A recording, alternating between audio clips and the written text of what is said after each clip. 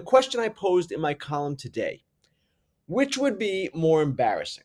The Tigers blowing a 15 and a half game lead to a division opponent, that would be the Cleveland Guardians, or the Mets missing the playoffs entirely with a $340 million payroll? Now, the column is an exploration of which is more embarrassing and kind of discusses each team's predicament, but the Mets thing is stunning to say the least. They were 45 and 24 on June 12th. They had a 2.79 rotation ERA on June 12th. That was the best in the majors. The record was the best in the majors. Since then, the Mets are 35 and 53. 35 and 53. That is tied with the Chicago White Sox for the fourth worst record in the majors. Their rotation ERA also ranks in the bottom five. They have essentially collapsed, and not like they did in 2007 when they lost seven, or when they blew a 7-game lead with 17 to play. This has been a slow burn. It's really been 3 months now of inadequate play. So the Reds are not exactly a team sprinting to the finish, though they've won 10 of the last 15. It's a team that's basically a sub 500 club since early August. But they've won 10 of their last 15. The Mets have gone 4 and 11, including losing 2 of 3 to the Nationals this week. And you see where the wild card standings are right now. Diamondbacks just 1 game back. The Reds hold the tiebreaker over the Mets. So as we say at this time of year, the Reds effectively control their own destiny. Of course, these things can change. And we might as well look at the remaining schedules as well, because they will be telling for, of course, all of these teams. The Reds are in a decent spot, as I wrote today. 3 versus Pittsburgh at home, and then 3 at Milwaukee, in a time when Milwaukee probably will be really close to clinching the best overall record and the number 1 seed if they haven't done it already by then. They've got a 3-game lead over the Phillies in that race. The Mets, 3 at the Cubs, 3 at the Marlins, who they only lead by 4 games right now, by the way.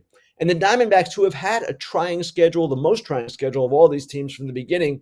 They host the Dodgers for 3, and then they're at San Diego for 3. San Diego, by that point, should have clinched, and we'll see what the Dodgers come up with this week as well. So the NL wildcard race, as I've written, it is brought to you by the New York Mets. The only reason all of this has happened is because the Mets have stumbled in a way that no one anticipated, and it's a stumble that will be one of the more embarrassing episodes in franchise history if it indeed ends up with this team obviously missing the playoffs, if it ends up with this team getting knocked out early. The Mets are not simply in a good place. Now, the AL Central, this is the other question I had, or the part of the question that I had. The Tigers.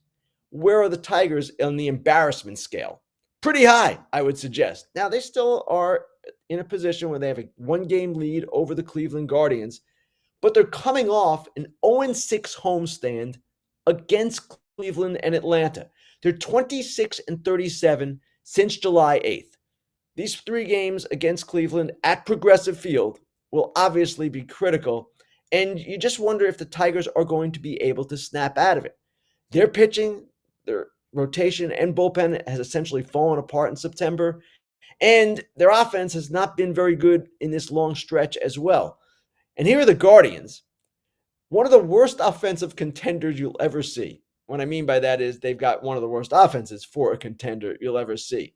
They are tied for 27th in the majors in runs per game, 27th. And as I wrote, there are only 3 teams in Major League history, and actually this goes to the start of the divisional play era, that have made the playoffs with an offense that bad. And 2 of those teams, 2 of the 3, did it in the 2020 season when there were 16 playoff teams, a shortened 60-game season, and all of that. So it's almost like that doesn't even count. So it's pretty hard to do what the Guardians are doing with an offense of the nature that they have, but they're doing it. The Tigers are letting them back in. So as I wrote, if the Tigers miss the playoffs after being up on July 8th, they were up 14 games on both the Royals and Twins at that time, and 15 and a half on the Guardians.